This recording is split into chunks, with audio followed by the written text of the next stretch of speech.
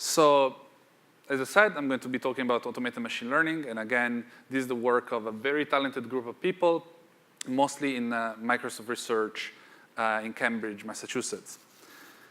So the talk is organized in two parts. One is about automating more classical machine learning tools and algorithms. In this context, these are things that typically people apply to tabular data. The tasks are classification and regression. People also do unsupervised learning, but I would say classification and regression cover 90% of the usage we've seen. The goal here is to find good solutions quickly, and I'm going to describe what that means. But the overarching goal is to kind of bake in as much knowledge and as many of the best practices in machine learning as possible in an automated tool that just can remove the tedious and error-prone parts of data science. Of course, the humans, the data scientists, the experts, are still very much needed to decide what the problem is, gather the data, decide which data to gather, decide the metric. But if we can remove even a small part of this process that is very boring and easily automated, although, as you will see, it's not completely easily automated, that's what we want to do. And beyond experts and people who do this as a job, there is also like a wide part of the population who are maybe domain experts. So these are people who are, I don't know, ecologists. They are doctors. They are people who look at electricity consumption. They're not necessarily machine learning experts. And so we want to give them these tools. So this is the first part of this talk. In the second part of the talk, I'm going to talk about deep learning. So here the inputs tend to be structured, highly correlated. So images, audio, text. And the goal is to find good neural network architectures, ideally architectures that reach a state of the art that we are used to seeing from academic papers. But those architectures, again, they tend to be out of the reach, especially bespoke architectures tend to be out of the reach of normal people who are not necessarily experts. And we want to try and automate that part. So in the first part of the talk, classic machine learning, our work here was motivated by a real need that we had. So my background is in machine learning, Gaussian processing, Bayesian non-parametrics, but I spent a lot of my career, most of my career, working in computational biology. And as part of my work there, I was trying to optimize, along with collaborators at Berkeley and the Broad Institute of MIT and Harvard, we were trying to optimize the CRISPR-Cas9 gene editing system to make sure that edits on a given gene were more likely to succeed than not. So you can perform edits in different ways, and we want to make sure that we had the right edit at the right time. So we spent a lot of time, months, trying to understand the data, gathering additional data, figuring out what the metric was. It was not just a matter of minimizing a root mean square error. It was much more complicated than that. So after going through this process of deciding what the data should look like and what the success should look like, we basically spent a long time basically making a series of sequential and interconnected decisions that were kind of boring. We changed the way we featurize the data. Now we have to maybe change the way we process these features. Maybe we need to change the model class, and now we change the model class, we need to retune the parameters. And we'll do this periodically. I would say every month there would be a new idea we wanted to test, and we wanted to retune the entire pipeline to make sure we got the best accuracy. So the next project I worked on was trying to automate this part, at least this part. We still wanted to generate and think about the data, but we wanted at least to have a way to automatically decide how to transform features. So imagine doing PCA on a set of features or some quantile transformation on others. We wanted to be able to identify which model to use. And in this case, the model class is, use XGBoost or logistic regression or something like that. And we wanted to tune parameters. So we wanted to automatically be able to say, OK, the maximum depth of a tree should be 30. Importantly, we wanted to do this jointly. We didn't want to fix a transformation, fix a model class, and tune parameters. We wanted to just jointly explore this space of options. So if you're familiar with parameter tuning, hyperparameter tuning, that's the kind of problem you're trying to solve. You have a loss given by a model on some data, and you try to minimize this loss with respect to some hyperparameters. For instance, tree depth. The problem that we're trying to solve in AutoML settings is much more complicated than that. And you still have your loss and your data, but you're trying to minimize this loss with respect to a choice of model parameters or hyperparameters, a choice of preprocessor, and a choice of preprocessor hyperparameters. So it's a much, much larger optimization space. So let's go back to, so which kind of tools do you have in your arsenal to kind of solve these problems? You can roughly classify them in 3 categories. One is grid search. You basically have, let's say, 2 hyperparameters. You can evaluate all, like you can put them on a grid and evaluate the degree intersection points. You have random search. Random search is just you draw parameter settings at random and you evaluate them. And then you have Bayesian optimization, which is also known as sequential model-based optimization. You use a machine learning model to predict how the loss function changes with respect to changes in the hyperparameters.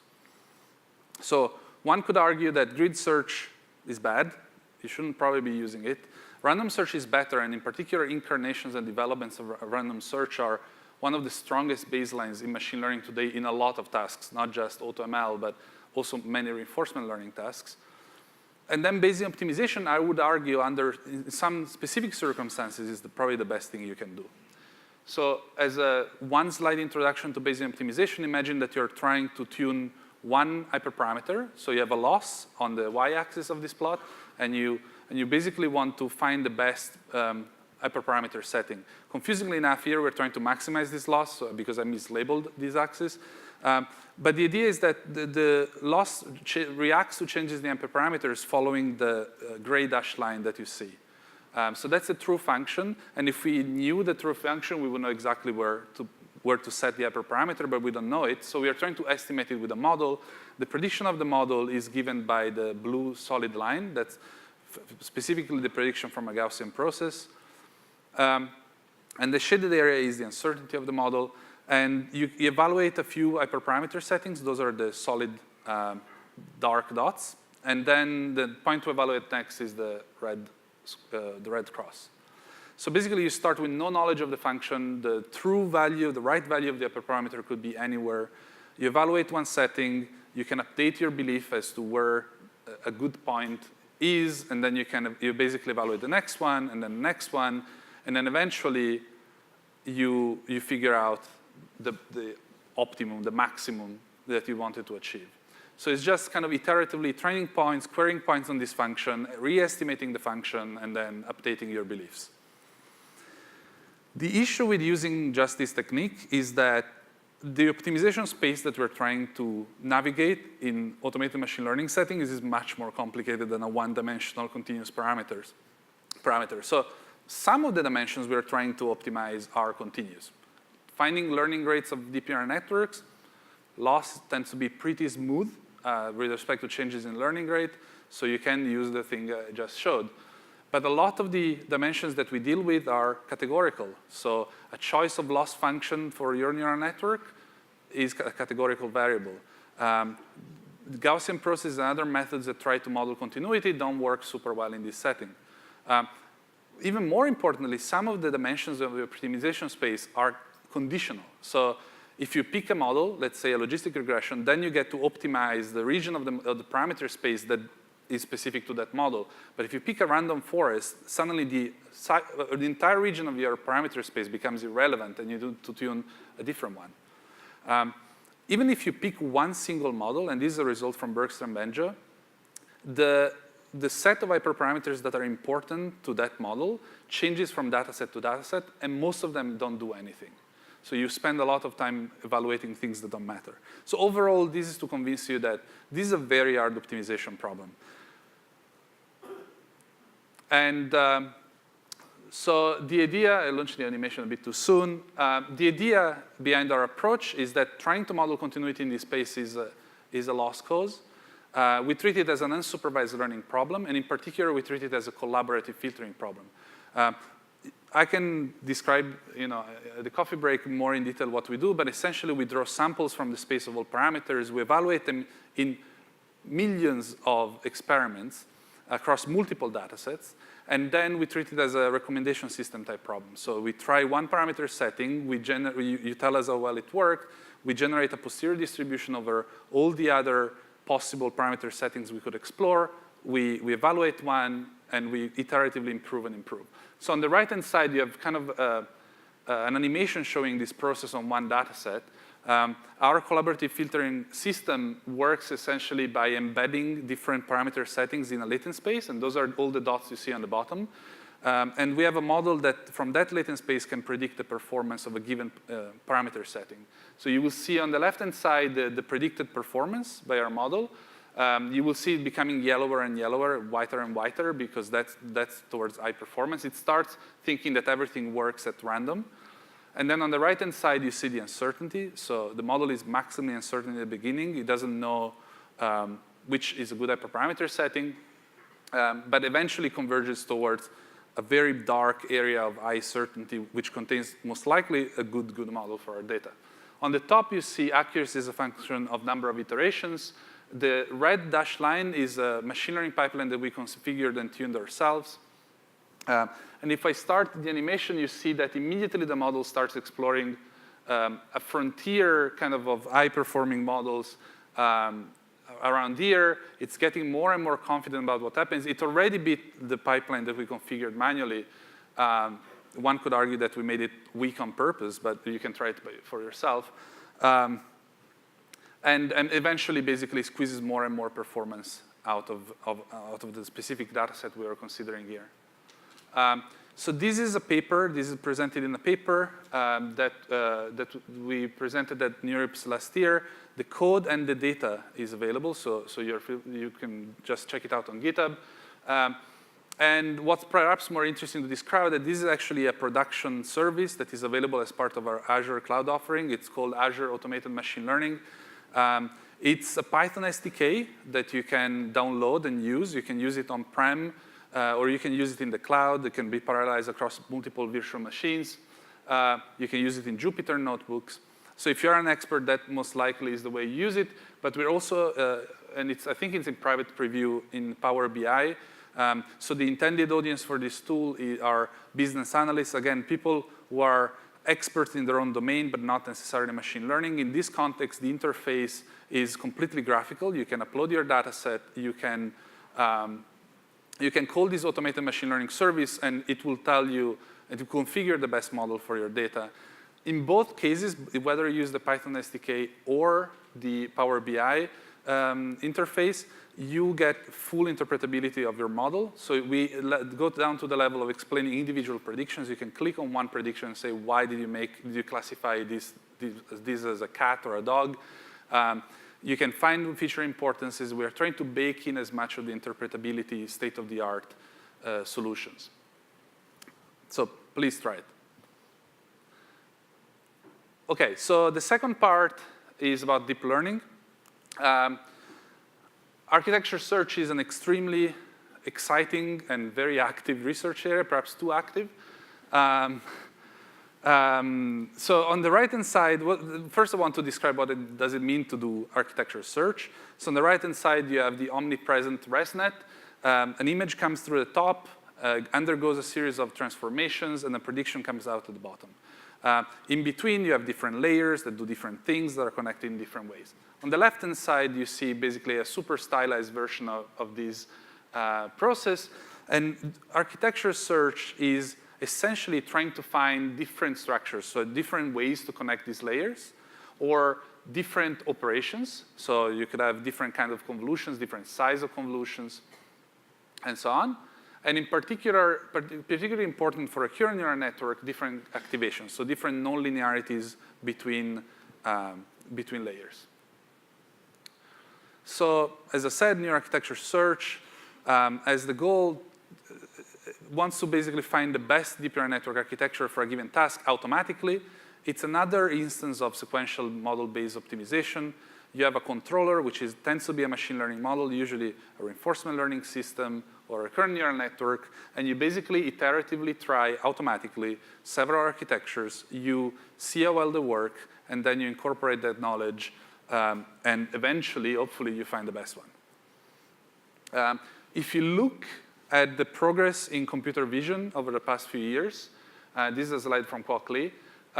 you see that if you measure it on a benchmark like ImageNet top 1 accuracy, you see that there has been a steady improvement. So new architectures are being published.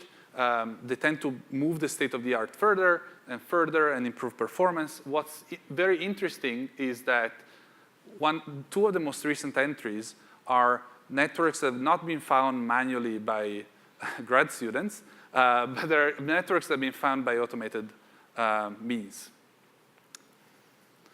Even in industry, new architecture search is starting to be adopted. In particular, there was a very interesting blog post by Waymo where they use automated machine learning to identify models for autonomous driving. If you think about a self-driving car, there are many models that you need to deploy, usually off of LiDAR data. You need to do semantic segmentation. You need to do pedestrian identification, lane identification, and so on. One plot that they had in this presentation, in this blog post, was particularly interesting. It was a measure of accuracy versus latency.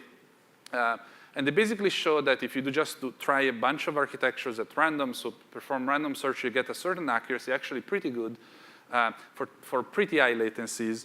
But if you do new architecture search on the task itself, so directly on the LiDAR data, you get better or sometimes higher accuracy for lower latency.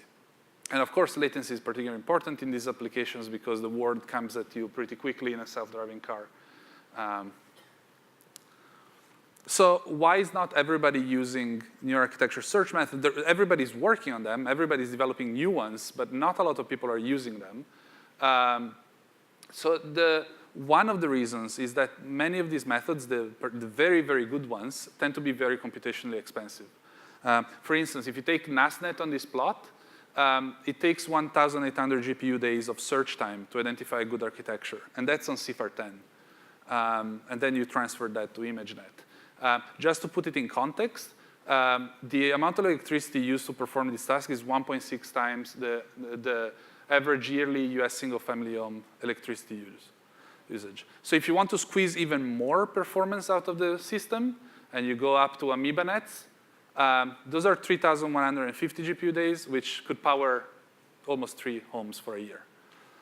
So these are very computationally intensive applications. Of course, we are getting better. Hardware is getting more efficient, so maybe the energy consumption is going to get down. But this is still a lot of compute.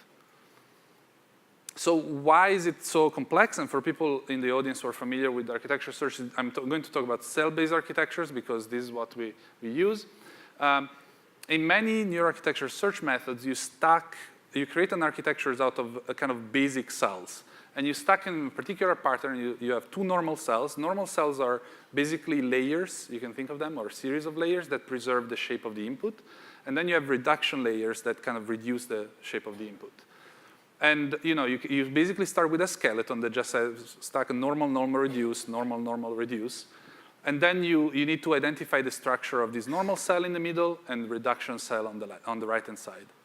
And basically finding the structure means finding how this thing is wired, is connected, and which operations are on the edges. Just to give you an idea of the search space, if you allow 4 intermediate operations, which are those red blocks, and you allow 7 choices for each operations, and that is what we consider in the paper.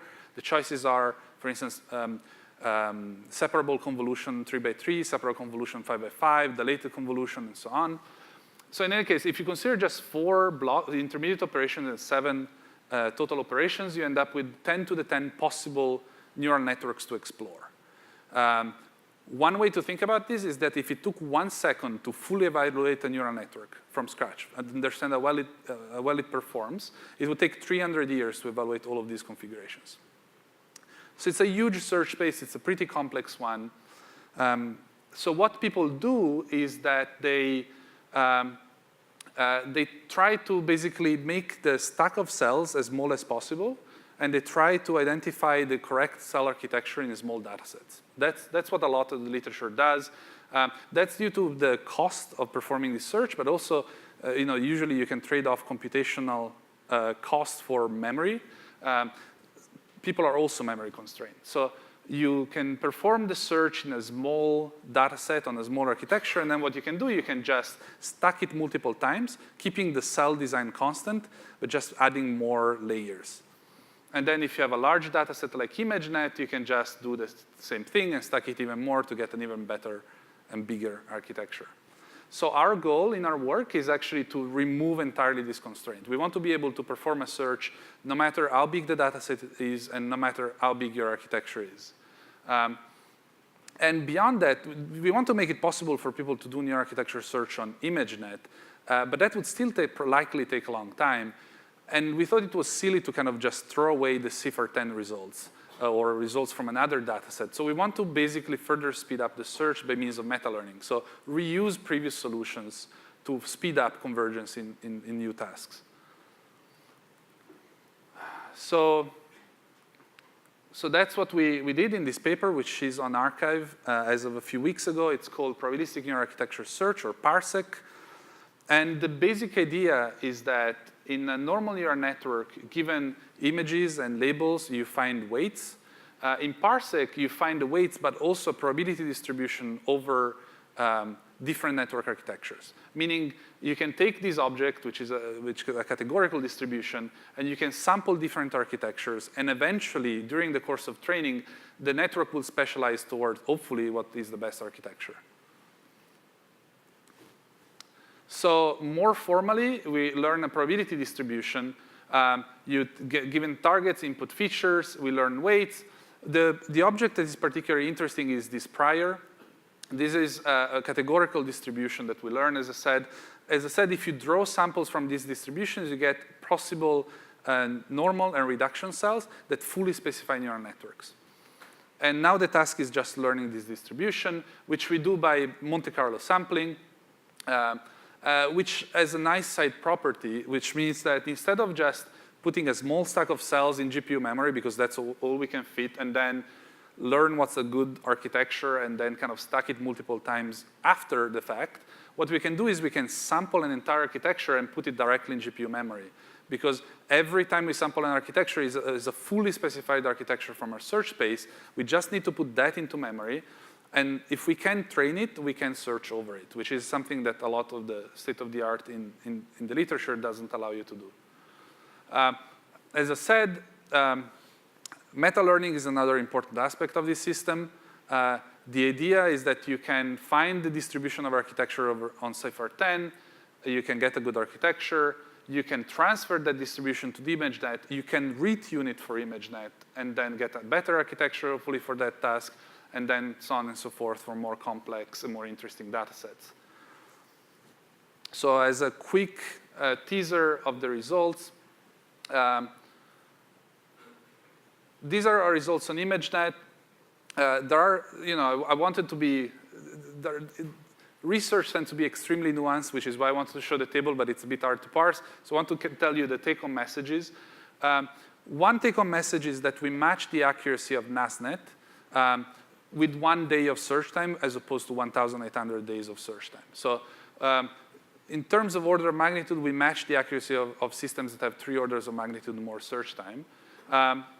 And within the set of systems that have order of just a few days search time, we get much better accuracy. Of course, this is not just a completely done research. We are still investigating what would happen if we allowed our system to search for more days. And we're trying to kind of push the boundaries of what kind of accuracy we can get if we just leave it free to go for maybe 10 days. We want to be cheaper than that. So in summary, I presented 2 different lines of work. One is automating classical machine learning algorithms, basically everything but deep neural networks. And it's available from that URL, or you can just Google it. The second one is about deep neural network and neural architecture search in particular, and it's available on archive. And that's it. Thank you.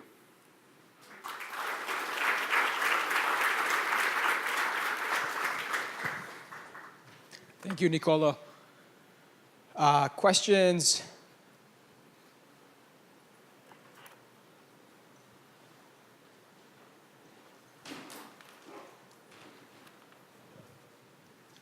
There's a question there. Very urgent question. I had to knock that chair over. But more seriously, I guess I work in consulting, and so one of the questions that comes up a lot with using a nice service like you guys have for AutoML and Azure is that of data privacy and also just practical constraints. So I wanted to ask, as part of that service, are you guys going to offer any kind of like data like anonymization or other kind of like cryptographic encoding of the data so that you can kind of lift that restriction on your cloud users? That's a good question. All in the Azure Automated Machine Learning Server, all the user data stays entirely on user control storage. The interaction, I didn't go into the detail of the technology, but the interaction between the system that tells you which pipeline to evaluate next and the part that touches your data are completely independent. So you could do that on-prem. So you could keep your data on premises and still use this service. And if you were to put like a TCP IP sniffer in between them, you would only see kind of communications telling this pipeline worked very well, like AUC 0.8, and then like a new pipeline would be returned back. So there is no transfer of data between you and the service. Of course, if you use a VM in Azure, it sits on your blob storage, but that's it. Thanks.